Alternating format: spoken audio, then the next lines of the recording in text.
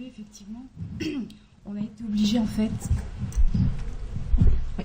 On a été obligé en fait, si on voulait être vraiment crédible dans l'offre de formation que l'on proposait, de s'adapter intégralement au tronc commun d'activité qu'on a pu voir tout à l'heure et donc aux besoins en compétences des entreprises.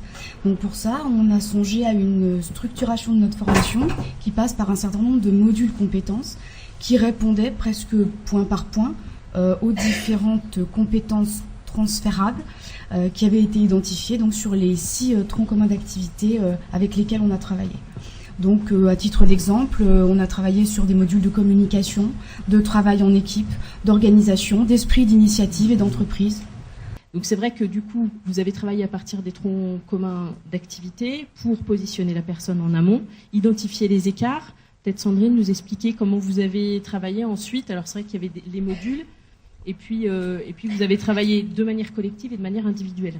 Voilà, alors en fait les modules, comme Marie l'a expliqué, concernaient donc les compétences transversales.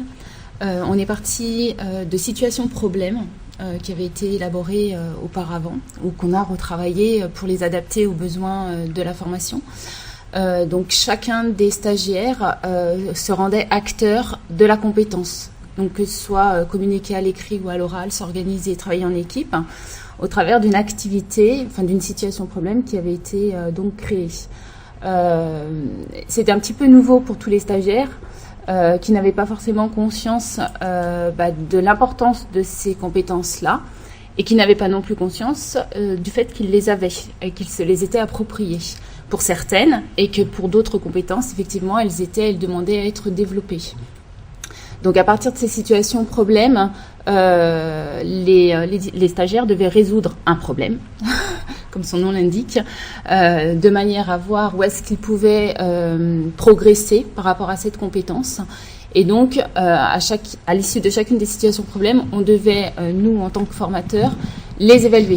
Donc, on procédait, nous, à une évaluation du stagiaire, pendant que lui s'auto-évaluait également et on confrontait nos observations à ce que le stagiaire avait vécu pendant cette situation problème. À partir de cette évaluation, on leur proposait des axes de travail de manière à lui donner un petit peu plus de compétences sur la compétence travaillée en fait. Gasset sur la Nièvre, c'était quand même l'association de 4 opérateurs, donc le CFPPA pour la partie exclusivement Château-Chinon, l'AFPA, l'AFA et le Greta Loire-Morvan. Donc effectivement, le dispositif tel qu'il a été conçu, c'était 12 semaines de stage. Donc les 4 premières semaines se faisaient en centre. Là, on travaillait effectivement alors sur les compétences transversales, transférables, et avec une difficulté effectivement de mettre en exergue ces compétences puisqu'on était sur quelque chose de transverse, un troisième, où là effectivement on a pu s'appuyer sur surtout les situations problèmes parce qu'une compétence elle ne se mesure que quand elle est contextualisée, donc il fallait bien des situations problèmes pour mettre effectivement en exergue ces compétences. Au-delà, après ces 4 semaines de stage où effectivement on a travaillé sur tout ce qui était communication orale, communication écrite, l'organisation, le travail en équipe, on a basculé sur 2 semaines de stage en entreprise, donc à la fois avec les entreprises qui avaient pu être rencontrées au travers des multiples rencontres par les différents opérateurs sur le territoire, mais éventuellement aussi d'autres entreprises, où là effectivement les bénéficiaires du dispositif ont pu se confronter à la réalité par rapport à leur projet d'activité selon les différents troncs communs. Un retour d'une semaine en centre de formation où là ça a permis de débriefer un petit peu sur ce qu'ils avaient pu mettre en œuvre, les manques éventuels et de contractualiser la poursuite du parcours sur des plateaux techniques. Alors plateau technique, c'est-à-dire une formation plus technique pour les aider justement à rebondir professionnellement le plus rapidement possible. Il ne faut pas oublier que les publics qui ont bénéficié de ce dispositif, normalement, étaient des publics proches de l'emploi. Donc on ne parle pas de demandeurs d'emploi pas qualifiés du tout, parce que là, on rentre plutôt sur des dispositifs un petit peu plus longs, sur des personnes qui sont immédiatement pratiquement mobilisables Et c'est juste la petite chose qui manque, des apports techniques, des apports méthodologiques, une meilleure connaissance de soi, parce que quand on travaille sur ces compétences écrites, orales, d'organisation, on prend conscience qu'effectivement, le matin, quand on va au travail, on se dit, bon, alors qu'est-ce que je dégaine comme compétences aujourd'hui ? Non, finalement, elles sont intégrées et il faut les valoriser auprès d'un employeur. Et ce qui arrive le plus souvent auprès de demandeurs d'emploi, c'est qu'ils n'ont pas conscience de ces compétences et ils les mettent pas en valeur, ils se valorisent pas et ils passent à travers. Donc, après 5 semaines sur des plateaux techniques.